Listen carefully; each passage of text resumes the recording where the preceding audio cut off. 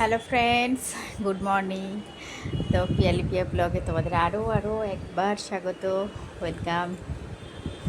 তো দেখো, চলে এসেছি আর এখন বাজে হচ্ছে ওই 9:30। 9:30 অলরেডি বেজে গেছে। তো অলরেডি মোটামুটি কাজ সেরে আর এই একটু ফ্রি হয়েছি। তো এখনও স্নান পুজো টুজো কিছুই হয়নি, করবো। আর তোমরা কে কোথায় ঠাকুর দেখতে গেলে তো সেগুলোও কমেন্ট করে জানিও, আমিও করছি। তো আজকে কোথায় যাই কোনো কিছু প্ল্যানিং নেই এখনও পর্যন্ত।